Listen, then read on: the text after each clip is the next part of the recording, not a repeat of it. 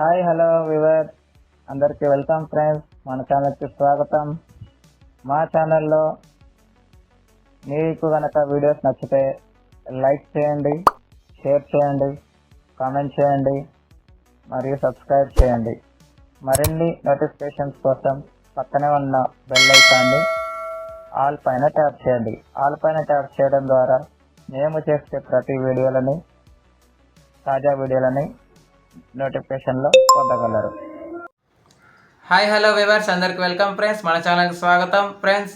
ఈరోజు డే 3 కూడా మ్యాచ్ అయితే వర్షం పడలేదు, కానీ మైదానం చిత్తడిగా ఉండడం వల్ల ఎంపైర్స్ పలుమార్లు పిచ్ని పరిశీలించి, గ్రౌండ్ని పరిశీలించి, అవుట్ఫీల్డ్ని పరిశీలించి ఒక 3 సెషన్స్ పాటు పరిశీలించిన తర్వాత మ్యాచ్ని అయితే రద్దు చేస్తున్నట్టు ప్రకటించడం అయితే జరిగింది.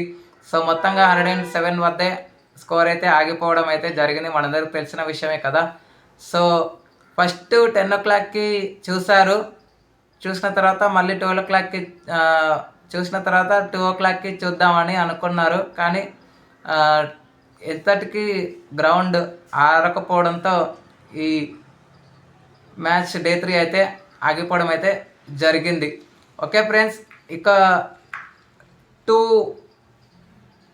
అప్డేట్స్ ఉన్నాయి. ఒక అప్డేట్తో పాటు ఒక ఇన్ఫర్మేషన్ అయితే ఉంది. అదేంటంటే ముషీర్ ఖాన్ నిన్న యాక్సిడెంట్ రోడ్న పడిన విషయం అందరికి తెలిసిందే కదా. సో దాంట్లో భాగంగా డాక్టర్స్ అయితే ముషీర్ ఖాన్ హెల్త్ అప్డేట్ అయితే ఇవ్వడం అయితే జరిగింది. అదేంటంటే ముషీర్ ఖాన్ మెడకి మాత్రమే ఇంజూరీ అయ్యింది.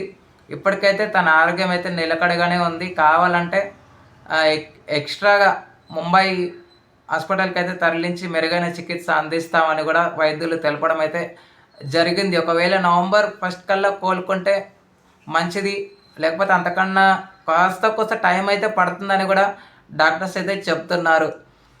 మరి అప్పటి వరకు కోలుకోవడం అంటే కష్టమే, ఎందుకంటే ఫిట్నెస్ సాధించాలి, ఎన్సీఏకి వెళ్ళి చాలా కష్టపడాలి, కాబట్టి కొంచెం టైం పడుతుంది. అండ్ ఇంకొక విషయం ఏంటంటే శ్రీలంకకి సనబ్ జయసూర్యని 1 year కోచ్గా పొడిగించడం అయితే జరిగింది. ఎందుకంటే సనబ్ జయసూర్య హయాంలో శ్రీలంక చాలా మెరుగ్గానే రాణిస్తోంది. కాబట్టి మన ఇండియాతో వన్డే సిరీస్ మొదలుకొని, ఇంగ్లాండ్తో last and final test match మొదలుకొని, ఇప్పుడు న్యూజిలాండ్తో టెస్ట్ సిరీస్లో అదరగొట్టేస్తుంది. కాబట్టి సనబ్ జయసూర్యని కోచ్గా అపాయింట్ చేసిన కాడ నుంచి చాలా మంచి రిజల్ట్స్ అయితే పొందుతోంది శ్రీలంక. కాబట్టి మరొక ఏడాది పాటు కొనసాగించే అవకాశం ఉన్నట్టు శ్రీలంక క్రికెట్ బోర్డు అయితే ప్రకటించింది. థ్యాంక్ యూ ఫ్రెండ్స్, ఇవి ద లేటెస్ట్ అప్డేట్స్. ఇలాంటి అప్డేట్స్ కోసం ఛానల్ని సబ్స్క్రైబ్, షేర్, లైక్, కమెంట్ చేయండి. మరొక అప్డేట్తో మీ ఉంటాను ఫ్రెండ్స్. అంతవరకు సెలవు, నమస్కారం.